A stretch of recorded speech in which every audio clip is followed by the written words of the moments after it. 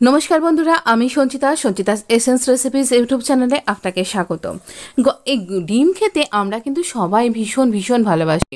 তো এই ডিমটা যদি একটু অন্য রকমভাবে তৈরি করা যায় অথচ খেতে ভীষণ ভালো লাগবে। তো এই ডিম দিয়ে আপনার এক থালা ভাত কিংবা চারখানা রুটি কোথা দিয়ে যে চলে যাবে আপনি নিজেও টের পাবেন না। ঠিক সেই রকমই টেস্টি টেম্পটিং একটা এগ রেসিপি নিয়ে আপনার সাথে চলে এসেছি। ভীষণ তৈরি করা সহজ, আপনার বাড়িতে যা কিছু আছে সেই দিয়েই একটু অন্য রকম করে এই এগ কারিটা আপনি তৈরি করতে পারবেন। আর ওই যে বললাম, স্বাদ হবে দুর্দান্ত। তাহলে আর দেরি কেন, আমরা কড়াইটা তাতে দিয়ে দিয়েছি। কড়াইটা বেশ ভালো করে তেতে গেলে আমরা দিয়ে দিলাম তেল। আমি এখানে 2 চামচ তেল দিয়ে দিচ্ছি। আর দেবার পর আমি এখানে ভালো করে ডিমটাকে ছাড়িয়ে নিয়েছি আগে থেকেই সেদ্ধ করে। তো এই ডিমটা যখন ডিমটা আমরা এখানে দেব ভাজবার জন্য, তখন এর গায়ে একটু দাগ দিয়ে দেব, মানে একটু কাঠ লাগিয়ে দেব। এই দেখুন, একটা ডিম ছেড়ে দেওয়ার পরে আপনাকে দেখাচ্ছি, এইভাবে এরকম 3-4টে এইভাবে দাগ দিয়ে দেবেন ঘুরিয়ে ঘুরিয়ে। তাহলে কি হবে, এই মশলাটা এই ডিমের মধ্যে ভালোভাবে অ্যাবজর্ব করবে, খেতে ভীষণ ভালো লাগবে। তো আমরা ডিমটাকে ভালো করে ভাজবো, কিন্তু খুব কড়কড়ে করে ভাজবো না, যাতে একটা শক্ত আবরণ তৈরি হয়ে যায় এরকম নয়। ভাজা তো হবেই, তবে ভাজার সময় একটু হলুদ দিয়ে দেব, তাহলে ডিমটা দেখতে দারুণ লাগবে। কিন্তু মানে আপনি যাকে দেবেন সে তখনই হামলে পড়বে এরকম একটা ব্যাপার যদিও।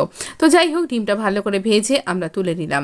এবারে একটা মশলা করেছি এইরকমভাবে, পেঁয়াজটা থাকবে একটু দরদরা টাইপের, আর আদা, রসুন আর লঙ্কাটা না আমি কাঁচা লঙ্কাই দিয়েছি, আপনি আপনার স্বাদ অনুযায়ী লঙ্কা দেবেন। কতটা আদা দিয়েছি, 1.5 ইঞ্চি পরিমাণ আদা দিয়েছি, আর 3টে পেঁয়াজ দিয়েছি।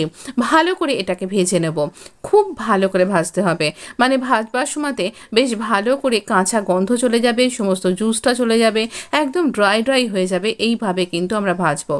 রান্নাটা আমরা হাই ফ্লেমে করছি কিন্তু। এইবার এইরকমভাবে ভালো করে আমরা যখন ভেজে নেব, দেখতেই পাচ্ছেন মশলাটা প্রায় শুকনো হয়ে গেছে। এই রকম পর্যায়ে আমরা কি করেছি, 3টে টমেটোকে ভালো করে বেটে নিয়েছি। আপনি ভালো করে গ্রেটারে ঘষেও কিন্তু দিতে পারেন। তো আমি বেটে নিয়েছি, সেই টমেটো পেস্টটা এখানে দিয়ে দেব। এবার টমেটো দেওয়ার সাথে সাথেই আমরা আবারও ভালো করে নাড়াচাড়া করব। আর এবার দিয়ে দেব স্বাদ অনুযায়ী নুন, হলুদ অবশ্যই দিতে লাগবে। তো আমরা এখানে টমেটোটা নাড়াচাড়া করে নিয়ে এখানে স্বাদ অনুযায়ী দিয়ে দিচ্ছি প্রথমে নুন আর হলুদটা।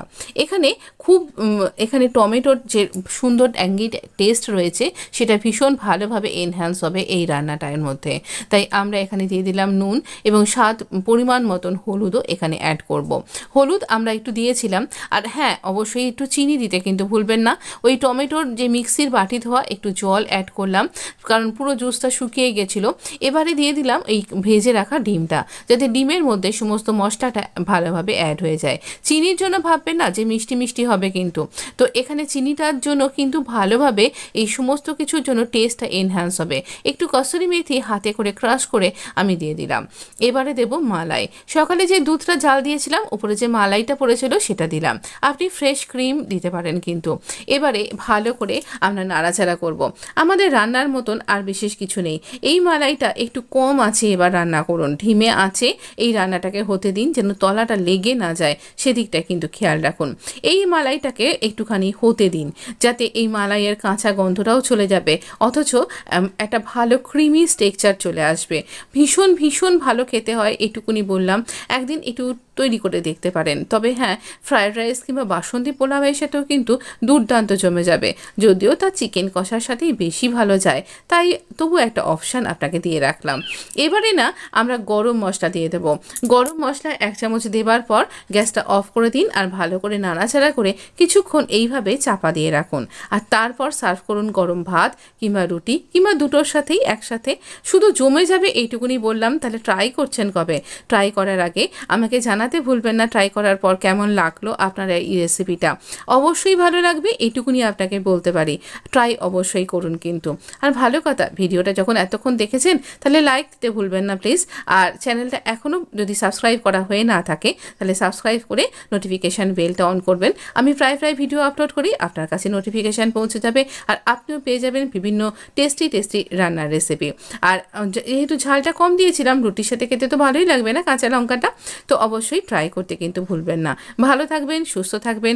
এই গরমে ডিম খাচ্ছেন এরকম বলে নাকটা কুঁচকাবেন না, খেয়ে নেওয়াই যায় যদি আপনার শরীরে সাথ দেয়। তো ভালো থাকবেন, সুস্থ থাকবেন, ধন্যবাদ।